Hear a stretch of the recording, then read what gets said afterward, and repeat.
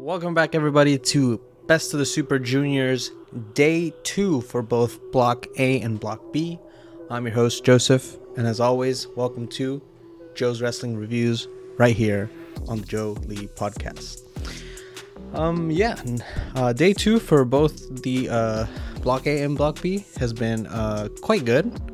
If you saw the matchups, you'll know that it was definitely, I feel like, an improvement over a lot of like the other content that we were getting from specifically Block B, because I actually thought Block A was pretty good on night one. So in my opinion, they continued the quality matches throughout this block, and yeah, let's get right into it.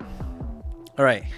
So Clark Connors versus Yo. I was actually quite excited for this match because I was impressed with what Clark Connors had to bring to the table.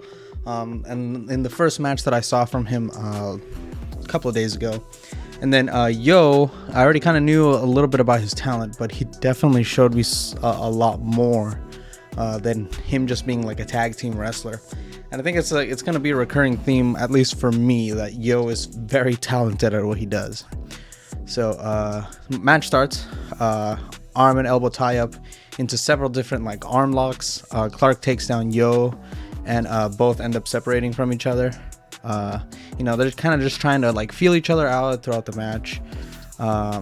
Connors gets another takedown into a submission headlock. Yo strikes the midsection, but Connors gets the tackle, and then he runs the ropes. But Yo ends up tripping him up and hitting a drop kick. Yo and Connors exchange strikes and chops, and then Connors runs to the ropes and hits another tackle. He picks up Yo for a snap suplex for a 2 count, and then Connors gives Yo an uppercut into the corner, and then kind of gives him some punches into the head. Then Connors goes to the top rope and goes for the double axe handle into Yo's back, and then gets another 2 count. Connors looks for several moves that are reversed, and then Connors reverses the move into a full Nelson, and then then hits a snap suplex on Yo. Connors tries a spear, but Yo hits a drop kick. Both competitors are down, and when they get up, Yo strikes Connors and runs the ropes into a forearm strike. Yo winds up and hits Connor in the corner and moves him into a neck breaker. He goes to the top rope and misses the move he was trying to hit. He runs the ropes, and Connors tries to get a tackle. Then Connors with a tackle into the corner with some headbutts, and then starts hitting the midsection of Yo. Connors gets an overhead throw on Yo, only to get a 2 count. Connors tries the extension elbow, but Yo trips him up on the top rope, then applies a dragon screw on Connor's legs, trips up Connor with a kick, and then runs the ropes, but Connor manages to, trip up Yo again, so they're kind of like tripping each other up at this point. Connor just goes for the trophy kill, but Yo reverses into a leg lock. Yo hits a German suplex twice for a 1 count, and then Yo tries to get a full Nelson on, but Connor headbutts him to escape. Connors uses the ropes to get a power slam on Yo for a 2 count. Crowd claps for both competitors. And then Connors goes for the trophy kill once again, only to be reversed into a vertical suplex. And then Yo goes for the direct drive, but Connors escapes. Yo thrust kicks Connors twice into the direct drive and wins the match. So Yo earns his first 2 points against Connors, and Connors unfortunately remains at 0. Connors gets a show on Saturday, so hopefully this helps him a little bit with his next match. And then Yo gets Yoshinobu Kanamaru on Saturday. So yeah, quite the good match to start off the day 2 for the Block A. I'm surprised this was not the main event, considering that it seems like Yo is quite popular, and he was quite popular amongst the crowd too, because they were constantly cheering him. There wasn't much love for Connors outside of like his athleticism, which deserves to be praised. And yeah, I'm not surprised with the outcome, but kind of wish this was kind of the main event for that night. Obviously, I'm reviewing two separate nights or days into the one review, but I do feel like this should have been the main event for day 2 of Block A. All right, Yoshinobu Kanamaru versus Ace Austin. Kanamaru tries to get the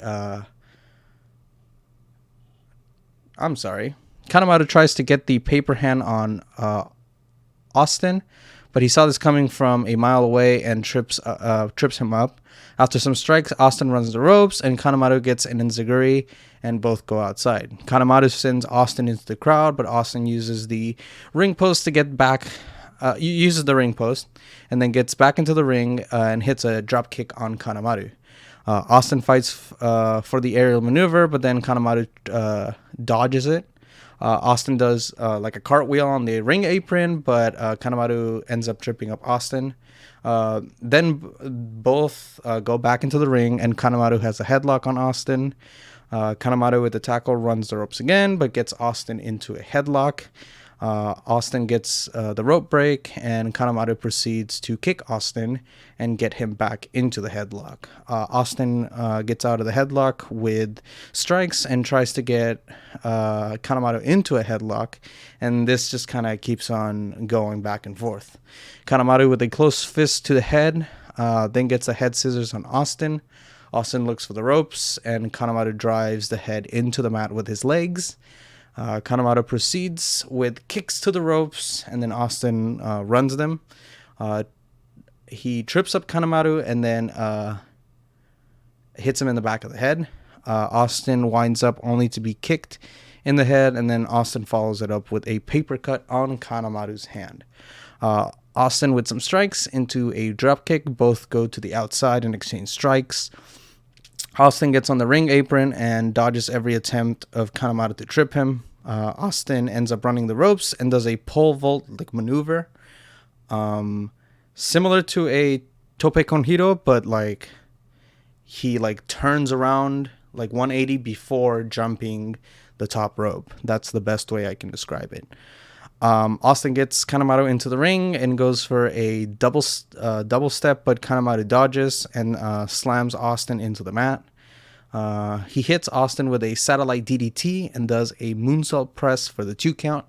Kanamaru goes for the brainbuster, but Austin hits several strikes on Kanamaru. Austin gets rolled up for a 2 count, but Austin gets a series of kicks in Kanamaru, and then Austin hits the fold for the 3 count.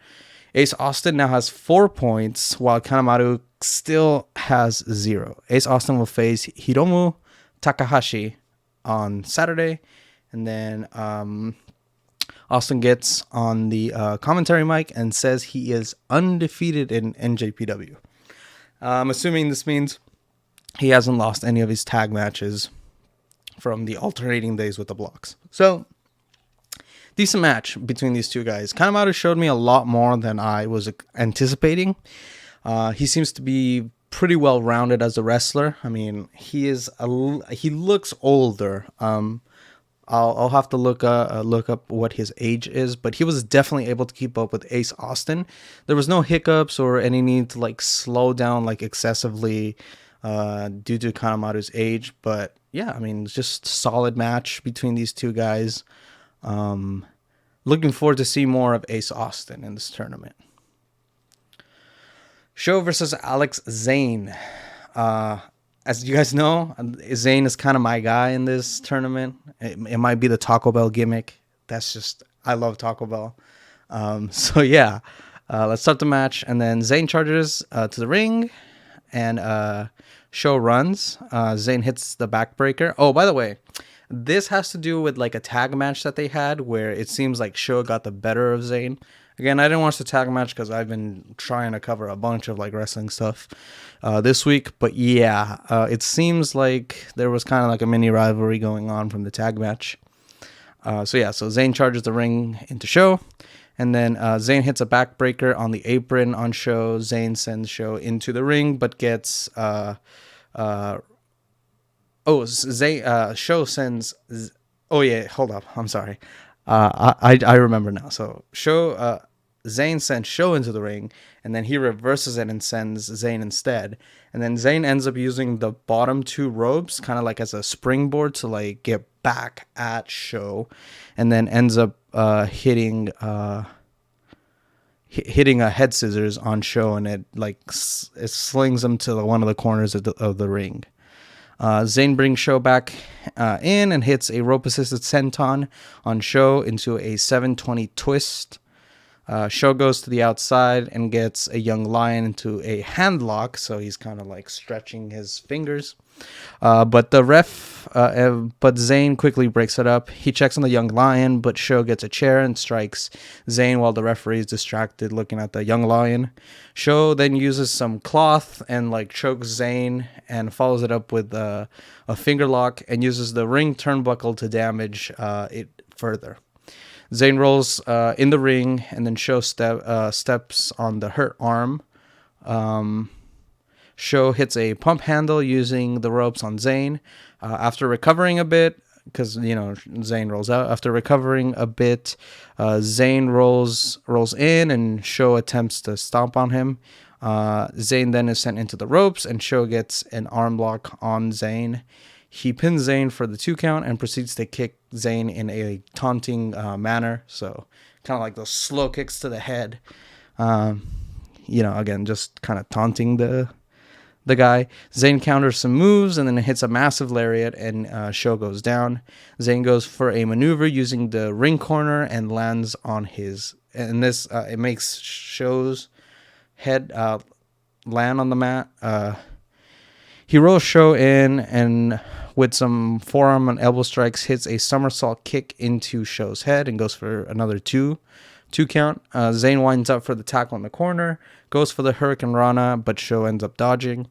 Sho moves the ref in front of Zayne when he's trying to hit a move, and then this gives Sho the opportunity to hit a spear on Zayne.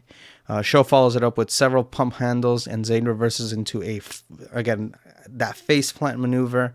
I'm not sure what it's called on Sho. Zayne looks for the cinnamon twist but misses, and then Dick Togo ends up actually coming from the entrance ramp and gets on the ring apron to distract the ref, and then Sho gets a wrench and tries to strike Zayne, but then Zayne pushes Sho into Dick Togo. Zayne hits a pump up knee strike, and then Sho gets a cross arm breaker on Zayne, but Zayne ends up getting the rope break, and then Sho sets up a driver maneuver, but then Zayne reverses it into a tiger driver and gets the win. Zayne now has 4 points, and Sho has 0.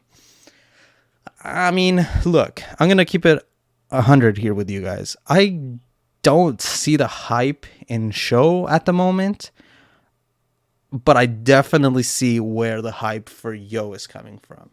Now, I don't know if this has to do with why they broke up. Maybe Yo was kind of like the golden child, and Sho was seen as the kind of like the neglected guy.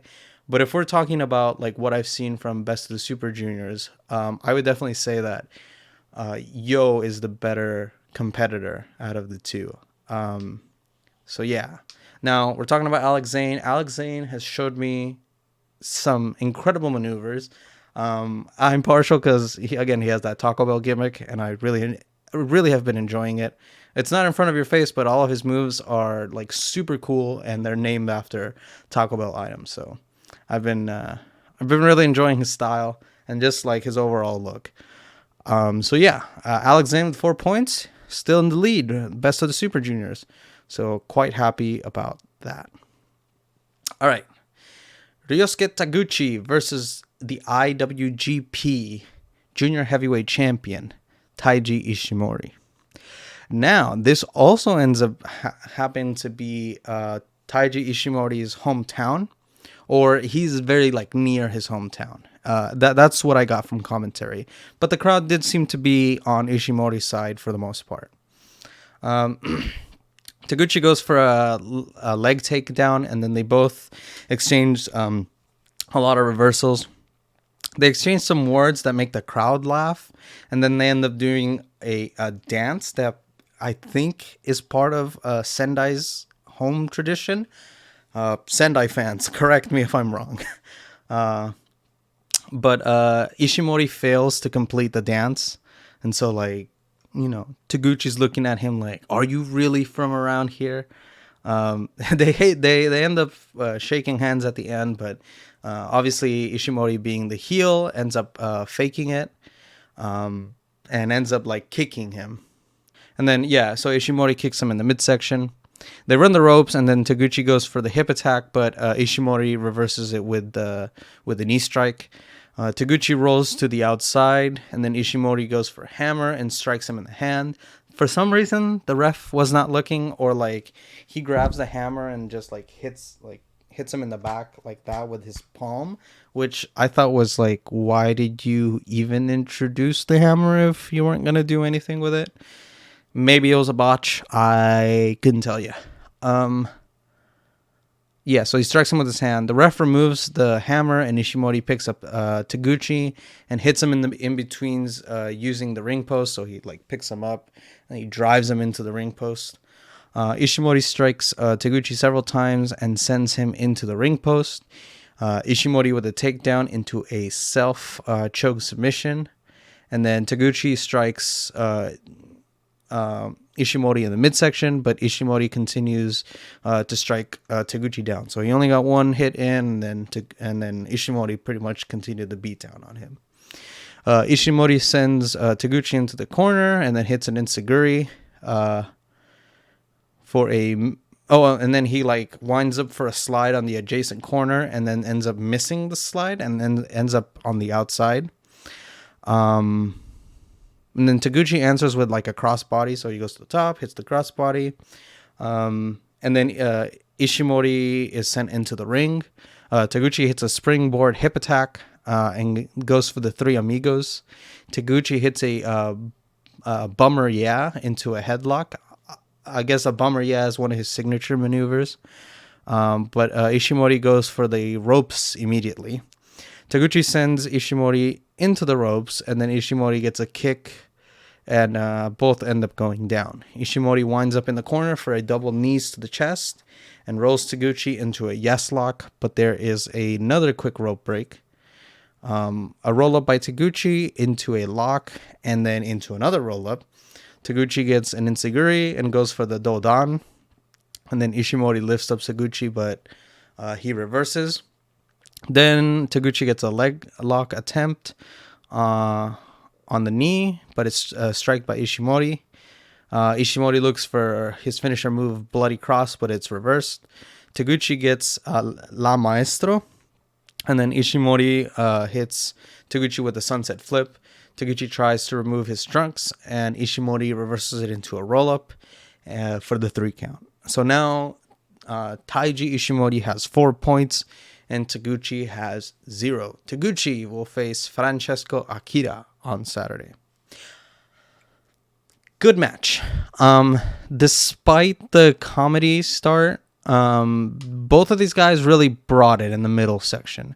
So after all the comedy stuff was done, they definitely brought an energy that was pretty much unmatched by anyone yet. So even though there was comedic moments, both of these guys definitely had a lot of good aerial maneuvers, a lot of counters. It got silly towards the end, but it didn't last too long, and that was my main criticism with Taguchi's match last time, is that it dragged on way too long with the comedy stuff, considering this is a prestigious tournament. But yeah, Taguchi was definitely a lot toned down this time. If you watch the match, Taguchi actually lowers his trunks a little too much, and it ends up revealing, for the audience, the live audience saw a little more than they paid to see. So it was weird, but the camera angles saved it on the production side. They tried covering it pretty good, so they changed super fast the angles. Ishimori, I thought he was gonna lose this one due to a roll up or something like that, because typically in order to not have the champion win the block and have him look strong, they tend to have the champion lose to someone who is a kind of like a comedy wrestler. So if you know, like the G1 Climax, they have Toru Yano, and then he ends up stealing a win from a champion usually, and so I mean that's just to like make sure that the champion is not the one winning his respective block. I thought this was going to be the case. I thought Taguchi was going to roll up Ishimori, but they kept Ishimori looking strong. I don't know who he loses to. I would sure hope it's someone like Clark Connors, because he desperately needs a statement win. But I don't see anyone in this block who could beat Ishimori unless they want to set up a future match. And maybe then you have like Alex Zayne win, but he might be going back to the US after the tournament. So I'm very unsure of what's going on here. That's one of the things I do enjoy about this tournament, is that because I'm not familiar with the booking that they usually do around here, it's easier for me to look at this from a fan's perspective instead of someone who is hardcore. That's something I do with AEW, where like I see things coming like way ahead of time, and I'm glad that that's not happening here. So I'm really enjoying the tournament, and we'll see what happens with Ishimori. I really do like his style, but I don't think he can win the A or the B block, because then what you're setting up a future match with the guy who wins the tournament, but then if Ishimori wins his block, then you're just having 2 back-to-back matches. I don't know if that's something New Japan does, but that's just something in wrestling that usually does not happen.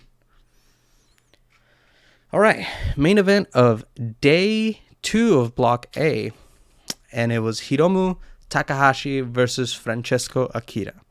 Before I start this, I do want to really say you should go watch this match. This match was deserving of the main event. Yes, there were some other wrestlers this was their hometown, or we had Ishimori, who is the champion, and he usually deserves the main event spot, but this definitely deserved it because both of these guys delivered a great match. Okay, so before we get into the match, Francesco's Titantron has the same font as Akira, so this definitely means that this man's a weeb, for sure. And then obviously TJP is coming out with Francesco Akira here once again. Hiromu's Titantron is literally the ugliest font I've ever seen. It's literally like an Arial font with like a surrounding box around it to kind of highlight it. And I just wanted to mention the fonts because I thought one was the coolest font, and then the other one was the ugliest font ever. Hiromu comes with a memory book, but doesn't really have anything on Akira. Commentary even mentioned this a little bit. But he does have a picture of United Empire on there. I'm not sure what the text says because I don't read Japanese. But yeah, again, he seemed to be kind of confused when he was coming into the ring, not being able to find anything on Akira. Okay, match starts. Both charge at each other and then exchange several strikes, and then they kind of do it rhythmically with the crowd clapping along. Hiromu gets the upper hand, and then they run the ropes, and then Akira gets the head scissors and sends Hiromu to the outside. Then they follow it up with an attempt into a tope, and then Hiromu ends up hitting a sunset bomb, and then Akira ends up getting a Hurricane Rana on Hiromu. Akira goes for the crossbody and gets a 2 count. They go to the outside and exchange chops. Akira kicks Hiromu and then drags him into the ring for another 2 count. The crowd seems to really enjoy Akira's style and movements and stuff like that. Hiromu strikes back but then is driven down. Hiromu winds up in the corner and gets the knees for the 2 count. He gets a leg lock on Akira's head, but then ends up getting a rope break. Akira stomps on Hiromu in the corner. Hiromu chops Akira several times, and then Akira responds back with his own kicks. Akira goes for the this autocorrect DDR. I can't remember what it is. But it's something with a D. And then Hiromu escapes and hits head scissors. Hiromu with a kick uses the ropes to get Akira in a hold, and then gets a basement drop kick and follows it up with a shotgun drop kick. And this all happens on the edge of the ring. Hiromu brings Akira in and hits a Falcon Arrow for a 2 count. Hiromu goes for a Fireman's Carry, but Akira strikes his way out. They run the ropes, and Hiromu gets a pop-up power bomb on Akira for 2. Akira gets a super kick in the corner, and then they run the ropes again. Akira goes for a Fireplex. They run the ropes once again, and Hiromu ends up hitting a roll barrel suplex. Akira quickly gets up, and Hiromu goes face first into the mat. Hiromu was in strikes on Akira, and then Akira responds with some chops. They turn into forearms towards each other, and then Hiromu goes into the corner and hits Akira with a dropkick. Hiromu answers with his own, and then Hiromu gets a Death Valley driver into the corner. Akira then gets several reversals on Hiromu's movements, and then they do like a bunch of like different roll-ups. They exchange kicks, and then Akira hits a Poison Rana into a Speed Fire for a near fall. Akira slams Hiromu into the mat and tries for a fireball, and then Hiromu slams Akira into the mat, and then both go down. Hiromu gets up first and hits Akira with a thrust kick, and then Akira responds with his own thrust kick. Akira kicks Hiromu on the side of the head, but after a fireball attempt, Hiromu gets a lariat in. Hiromu hits another lariat and gets a near fall. And then Hiromu ends up hitting his finisher move, the Victory Royale, on Akira, and then turns it into a time bomb. And this is the 3 count for Hiromu. He earns another 2 points. So post-match, Hiromu thanks Akira for the match. And once again, we don't get a translation of everything Hiromu was saying. Hiromu does ask the crowd if the Super Juniors are awesome, and that's only because Hiromu says Super Juniors sugoi desu ne, and so that's like the very little Japanese that I do understand, and so the rest to me is unknown. And then Hiromu, I believe, asks for more fun matches as he leads the crowd in a clap of more, or in Japanese, moto. And this ends day 2 of Block A. So very fun. Looking forward to more of Block A. And yeah, quality matches by Block A. This really sets a precedence that Block B needs to bring it, because I was fairly disappointed with Block B's performance, but I'm sure that we'll get some quality matches from Block B. Maybe, again, like I said before, maybe it was just the matchups of day 1 that were a little wonky, or there was some chemistry missing, or there was just like new wrestlers trying to get acquainted with other wrestlers. So I'm not going to hold it too much. And yeah, so I'm going to end it right here for right now, and then I'll edit in the Block B day 2. So I'll see you, well, you'll see me in a second, but I'll see you tomorrow for Block B's review. Later. Block B day 2 has upped its quality by quite a bit. The matchups that we had this day around were a lot more interesting in my opinion, and there was like some highlights here.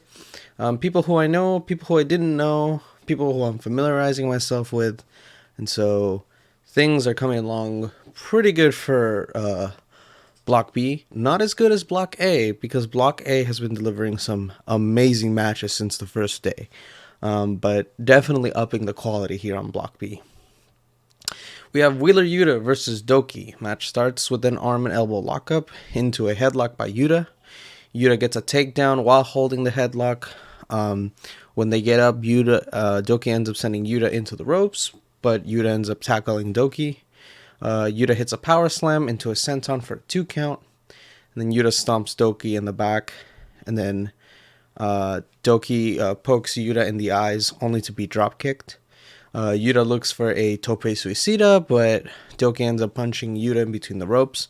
But then Douki ends up delivering his own tope suicida. Douki sends Yuta into the ring post and DDTs him on the outside. Both of the competitors get back into the ring, and Douki targets Seneca Yuta. He does a takedown into a blindside kick, and then Douki with a headlock. And then in order to like get free, Yuta ends up biting the hand of Douki to get out. Douki slaps Yuta, but this only angers Yuta, so Yuta starts like doing several like strikes back at him. And then he sends Douki into the ropes and then hits a lariat on him. He sets up an enziguri, and then does a splash into the corner. And then this allows him to set up a flying hammer takedown. Wheeler delivers a tope suicida and sends Douki into the ring post. Wheeler springboard into like one of those faceplant maneuvers where Douki goes into the canvas and then gets a 2 count. Douki with some kicks and missed enziguri, and then Douki ends up being able to get his submission maneuver, the Douki choki, but a rope break takes place. Douki looks for the daybreak and misses, and then Yuta delivers a suplex, and Yuta's able to set in cattle mutilation on Douki, but Douki gets a rope break. Douki looks for the pain thriller, but it ends up being reversed, and Douki with a sunset flip hits a sunset flip for a 2 count, and then attempts a Douki choki submission again, but Wheeler quickly gets the rope break. Douki gets the daybreak for a 2 count again, and then he looks for a suplex de la luna, and then Yuta actually ends up reversing it and rolling him up. They run the ropes like several times with several dodges, and they continue until Yuta hammers down Douki with his elbows, and then gets a seatbelt clutch, or just like a roll up, and gets the 3 count. So finally, my boy Wheeler Yuta with his first 2 points. Douki will face Robby Eagles, and Yuta will get El Desperado on Sunday. Good match, despite my description of it being rather boring.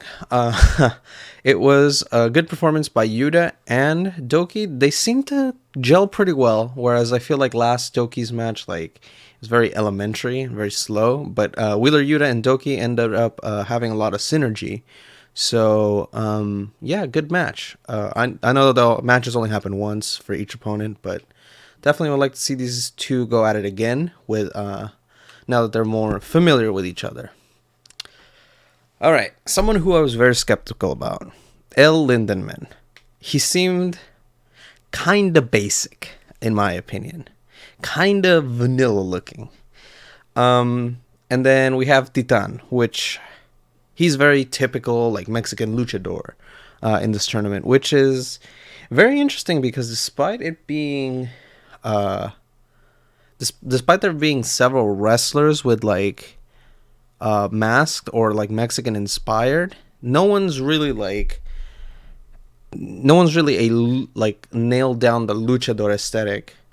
So Titan being in the tournament, he actually kind of sticks out a little bit from some of the other competitors, which is what I've noticed. So I mean, if you looked at the card, and you know it's right behind me over here, you got like 3 masked guys, and you wouldn't even be able to tell the difference between these guys. But then once you might watch their matches individually, you start to notice that their styles are all wildly different.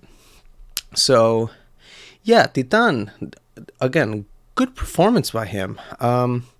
So yeah, Lindanman and Titan are actually growing on me as we go a little bit. You know, there's not a lot of promo work, and maybe that's because they upload that stuff on YouTube. But or because they speak in Japanese and I don't understand the Japanese. But yeah, let's get into the match. Otherwise, I'm just talking without context. Before the match starts, I would like to say GLEAT, which is something I had a question about last video regarding Block B, is actually another wrestling commotion, and the G-Rex Championship is a championship in the promotion GLEAT. So again, I didn't know any of these things. I don't watch too much Japanese wrestling aside from the occasional New Japan stuff. So before the match starts, Lindanman gets the audience to pump up, and Lindanman and Titan shake hands. They lock up in a into an arm lock, and then Lindanman steps on Titan's back. Titan escapes and applies his own wrist lock, and then Titan transitions into an arm bar, and then they end up running the ropes. Titan gets a arm drag in, and then they both end up showing off some flips and stuff like that, while trying to like escape different like locks and stuff like that. And then the audience like starts clapping. So they're really into the match. They're really into the flippy stuff. And who isn't? I mean, even if you're casual, you enjoy all the high aerial maneuvers that some of these guys can do. They exchange some chops, and then Titan goes for a midsection kick. Titan goes for a chop on the ropes, but then they both end up running it, and then he gets a drop kick in. Titan does a flip over the top rope, or tope con hiro, but this allows Lindanman to get a kick in. They exchange some strikes on the floor, and Lindanman rolls Titan back in. They run the ropes once again, and Lindanman gets an elbow in for a 2 count. Lindanman sends Titan into the corner, and Lindanman charges at him. But the second time, Titan gets a kick in and turns it into a drop kick off the ropes. Titan gets a figure 4 leg lock, and Lindanman gets a rope break. They both get on the apron, and they start chopping each other, and Lindanman starts bleeding. I originally thought it was from the cheek, because it seems like there was a downstream here. But maybe it was when he was upside down that, like, the blood came, because it was actually, like, right here on the bottom area of the neck.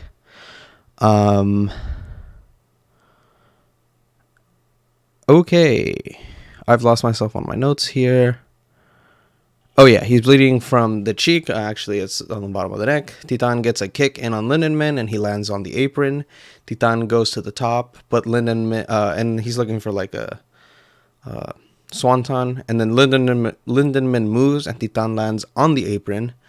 Lindanman lands a tope con hiro after this, and then both seem to have hurt their legs while trying to do this, or at least in kayfabe they did. Lindanman rolls Titan in, and he ends up like clapping and pumping up the audience. Lindanman with an overhead arm drag gets a 2 count, and then Lindanman ends up taunting Titan with some of those like light kicks on him. Titan actually ends up getting a dragon screw on Lindanman and reapplying the figure 4, but Lindanman gets a rope break once again. Titan sends Lindanman to the top corner and chops him there. Then looks for a punch, but Lindanman punches him back. Then Titan hits a Pele kick and gets a slam on Lindanman from a fireman's carry position for the 2 count. Elbow strikes from Lindanman, and then a thrust kick from Titan, followed by a face buster from Lindanman. And Titan looks for a kick, and it's dodge. Then Lindanman hits a suplex and looks for a lariat, but Titan hits a kick and slams Lindanman into the mat for a 2 count again. Titan hits the double stomps, but doesn't go for the cover. Then he goes for a springboard, and given that he had hurt his leg, he can't do it. But this gives Lindanman space to get some slams in, only to get like a 2 count. Lindanman hits a German suplex for a 3 count. Lindanman now has 2 points, and Titan remains with 0 points. Lindanman gets TJP on Sunday, and Titan gets El Phantasmo on Sunday as well. These two had a good performance. I'm starting to grow on Lindanman quite a bit, and I can see why he's one of their champions for that brand. So, yeah, looking forward to more of Lindanman stuff. Titan, unfortunately, he's very, like, if you've watched any wrestling, like, any lucha libre style outside of, like, a tournament like this, it's nothing really too special. So, yeah, more Lindanman, please. Titan is good, but he seems quite generic in my opinion. All right, Bushi versus Robby Eagles. Bushi charges Eagles. before the match even starts. Eagles gets a tope suicida after Bushi tries a forearm to the corner. Eagle gives Bushi some chops on the outside, and Eagles gets a snapmare suplex into a basement dropkick. Then Eagles kicks Bushi in the chest, but Bushi is able to turn it into a DDT. Bushi gets some chops on Eagles for a 2 count.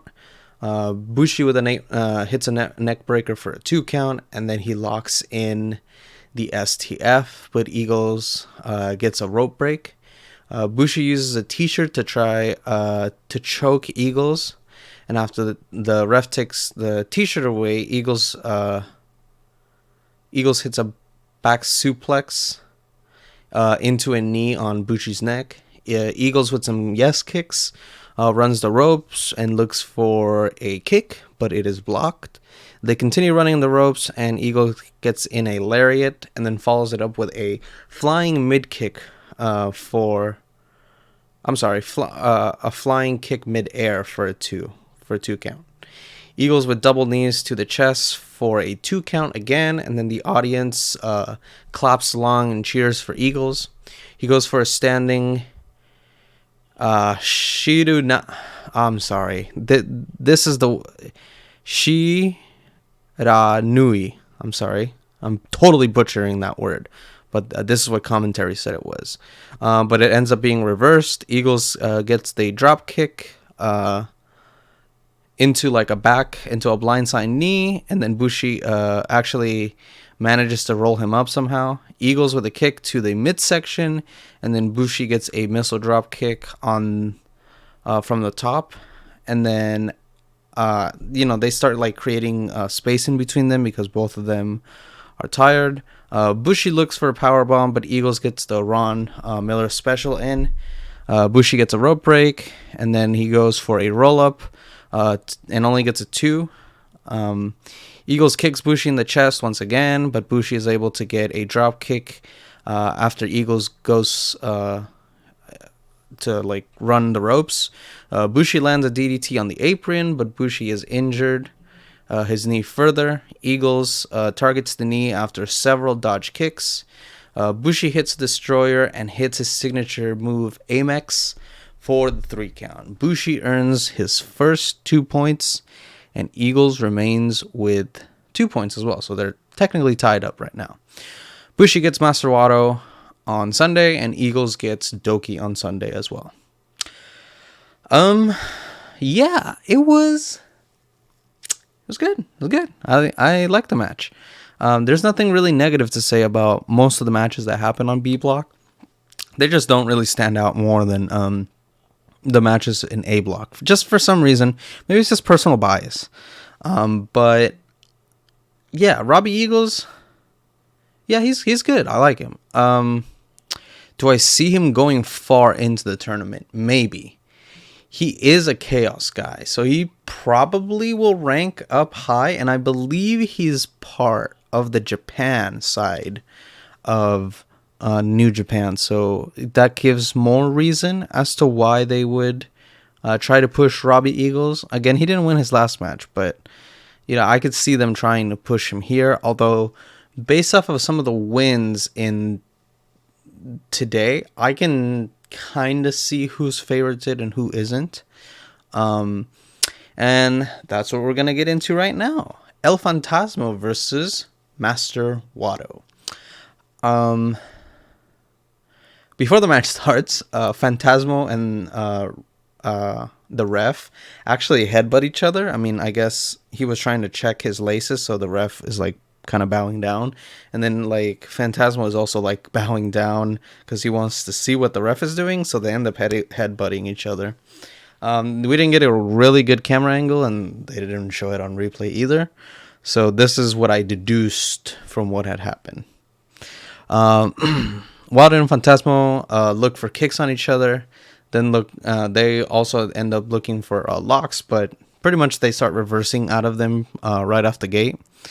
They go for an arm and elbow tie-up, and Phantasmo gets a takedown. Then Wato gets a headlock in. But Phantasmo does kind of like a handstand, but using his head as well, so a headstand out of it. Then Master Wato does a side head takeover, but Phantasmo gets the leg scissors lock on it. And he kind of does his own like headstand as well, like where he's like trying to escape, but he uses his legs and he like bounces, like if this is El Phantasmo's legs, he like does like a bounce and then like nips up, does a nip up in order to like escape. So pretty fancy looking maneuver. I've seen it a couple times with different wrestlers, but yeah, that's what he uses here to escape the lock. They run the ropes again, but Phantasmo gets a tackle. They run the ropes again, but Phantasmo starts. So he breaks, like he stops like running the ropes, and then he starts strutting, and then like Phantasmo tries to appease the crowd with like some flips, but then this kind of gives a window for Wato to get a side headlock, and then like he follows it up with a tackle. They do several like fast-paced maneuvers later, and no one seems to have like a clear advantage in this match. They run the ropes, and then Wato gets the leg scissors.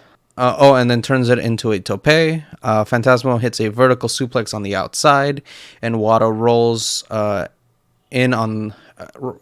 rolls himself in on a 14 count. Because remember, in New Japan it's 20, not 10. Phantasmo sends Wato into the diagonal corner and props up Wato in a tree of woe, and ends up kicking his midsection, but the ref has to like break it up. Phantasmo winds up in the diagonal corner, but ends up faking that he's gonna like, I guess, splash into him or kick him, and applies pressure in his in-betweens using his leg. Wato is taken down on a headlock, but then the crowd starts clapping for Wato, and Wato with some elbows is able to escape, only to then be caught again in the sleeper hold by Phantasmo. Wato again escapes this lock and gets a back suplex on Phantasmo. Wato runs the ropes and misses a drop kick, but Phantasmo looks for a moonsault and also misses. This lets Wato hit a lariat on Phantasmo, and this takes him to the outside, and then Wato follows it up with a tope con hiro. Wato fakes a springboard, and Phantasmo rolls to the outside, only for Wato to hit a tornillo. Wato rolls him into the ring and hits a missile drop kick for a 2 count. Phantasmo chops Wato only to receive a suplex, and then Wato goes for the pin only to get a 2. Several reversals later, Wato hits Recitamente, which is one of his signature maneuvers, only to get a 2 count. Wato goes to the top for a RPP, and Phantasmo trips him up on the top. He then hits an enziguri and looks for a vertical suplex, but then Phantasmo gets Wato on his shoulder and spins him for a UFO for a 2 count. Phantasmo looks for a CR2, but Wato rolls him up, and then Phantasmo with his own roll up for a 2 count, and then a kick to the head makes both of them go down. But both slowly get up and like strike each other, so they're like slapping each other, their forearms, and then but then Phantasmo ends up running the ropes, but Wato hits a leg lariat. Wato hits an enziguri and goes for the top, but Phantasmo gets a kick in the midsection into a CR2 for the 3 count and the 2 points. So now Phantasmo has 4 points, and Wato sits at 0.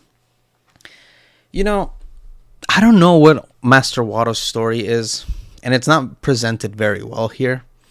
I'll have to like research into who he is. He's very athletic. I will say that. He is a good wrestler. Unfortunately, that's where his character seems to end, in my opinion. And I would just like to know more about who he is, especially as someone who's like a New Japan casual. I feel like they're not conveying the full extent of who certain wrestlers are. So a lot of what I have to do is I have to go like do my own research in order to figure out who these guys are. And I feel like if you're running a wrestling thing, like you should be conveying the stories of these guys a lot better. And I know, like, later on in the tournament is when it, like, at the end of the tournament, that's when it really matters. But for someone who doesn't watch a lot of New Japan, I feel like I'm left in the dark of who these guys is and why I should care about their story in this tournament. That's what I think people miss about pro wrestling sometimes, is that yes, there's a sports aspect to it. And you know, to an extent, it's like this is a predetermined sport, but then if you're going to make something predetermined, I'm sorry for the bump on the mic, you also have to tell stories with it. And I feel like they're not really telling stories with anything going on here. They've just hinted at, like, between Yo and Sho, like, they've hinted at that a little bit. But other than that, it feels like it's just pure athleticism, which is not a bad thing. I love pure athleticism. But if I was a casual, to me, this would just be like, okay, they're just wrestlers. There's nothing else here. So I would like them to do more story in the commentary. It doesn't necessarily have to, like, be like packages at the beginning of every match, but at least tell some stories through commentary, because it feels like we're just running through motions at this point. Okay, main event time. TJP versus El Desperado. Arm and elbow tie up again. Both go to the corner again, like some of the previous matches. TJP backs up because I guess there's some respect here from TJP for El Desperado. They lock up back again, and TJP looks for the octopus lock, but Desperado falls into a rope break. They both have, like, wrist locks on each other, and they roll out of each other's lock attempts as well. Desperado gets a head scissors lock, and TJP escapes and gets a bow and arrow lock as well. But Desperado ends up escaping that as well. They shake hands, but typical Desperado, he steps on TJP's foot. TJP gets a lock on him, but Desperado ties TJP up on the ropes. They both run the ropes, but TJP stops between the ropes and dodges a charge by Desperado and hits a crossbody on the outside. TJP drives Desperado into the ring and slings him into the ring post, brings Desperado in and drags the boot across the eyes of Desperado, or I guess in this case, the mask.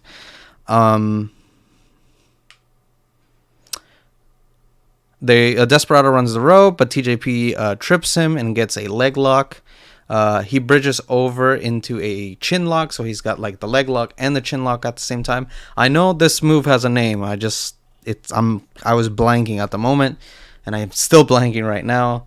Sorry if I don't know the names of every move here.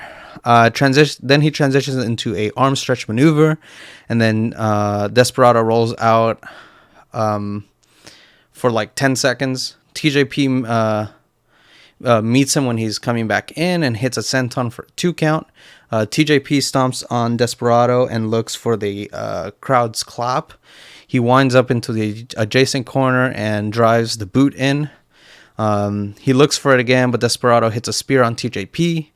Desperado with 2 tackles, and then he looks for a back suplex and gets it on the second try for a 2 count. Desperado sends TJP to the corner and hits an inverted dragon screw, and then looks for the numero dos submission. TJP on the apron. Desperado tries suplexing him, but TJP reverses and drops Desperado on the ropes.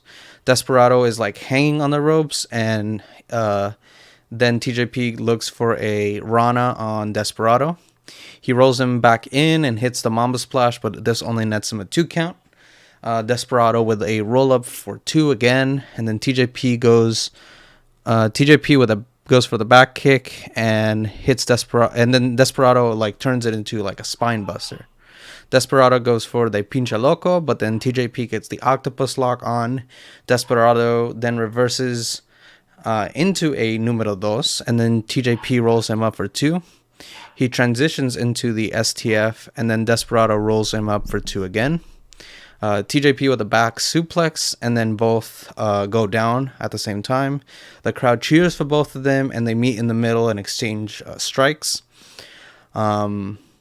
Uppercut by Desperado, and then charges the corner, and then TJP turns it into a tornado DDT, and then looks for the Mamba Splash and misses. Desperado rolls him up and transitions into the numero dos, and then transitions into a Dune Buster for the 2 count. Desperado looks for Pincha Loco once again, but then TJP rolls him up. Desperado looks for Pincha Loco once again, and then and gets a 2 count, and then he says, okay, well, I'm just going to do it again. So he hits Pincha Loco once again, and then gets the win. Desperado now has 4 points, and TJP only has 2. TJP gets El Lindanman, and Desperado gets Wheeler Yuta on Sunday. Both those matches should be fantastic. I can tell that the main people that they're pushing at this point is Desperado and Phantasmo on B block. Both of those guys have 4 points and really show no signs of losing any momentum. I'm excited for Wheeler Yuta and Desperado on Sunday, and I'm definitely excited for TJP and El Lindanman. I think those two are going to have pretty good chemistry. Yeah, so I'd say Block B, Day 2 has been pretty much a success. Like I said, some of the problems with the tournament is that there's like no stories, but other than that, like it's pretty good. Like we're getting really quality matches, and I'm sure as we get closer to Dominion and like the finals of the tournament, we'll get more context of the story for the guys who are the winners of Block A and Block B. I know they can't tell every story here, but just give me a little bit more. That's all I'm asking for. So yeah, great day, and we'll be back probably tomorrow with Block A, Day 3. And like I said, Block A is my favorite block so far. Again, we're getting close to like them being pretty even, but I still feel like A has like a slight edge over B. So yeah, that's all for today. For Joseph Yanez, this is the Best of the Super Juniors coverage. I will see you tomorrow.